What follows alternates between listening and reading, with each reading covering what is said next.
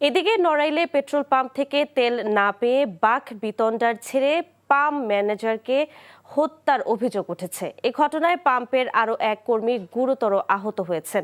শনিবার দিবাগত রাত 2:30টায় নড়াইল যশোর মহাসড়কের তুলারামপুর এলাকায় মেসার্স তানভীর ফিলিং স্টেশনের সামনে এই ঘটনা হয়। পেট্রোল পাম্পের ক্যাশিয়ার মোহাম্মদ জসিমউদ্দিন জানান, রাতে ট্রাক চালক সুজাত পাম্পে তেল নিতে আসে, কিন্তু পাম্পে তেল না থাকায় ম্যানেজার নাহিদের সাথে বাক বিতণ্ডা হয়। এক পর্যায়ে রেগে গিয়ে ট্রাক চাপা দিয়ে হত্যার হুমকি দেয় সুজাত।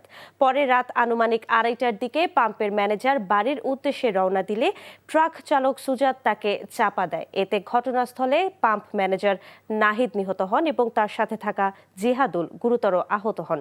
পুলিশ জানিয়েছে, এই ঘটনায় ট্রাক ও এর চালক সুজাতকে গ্রেফতারের চেষ্টা চলছে।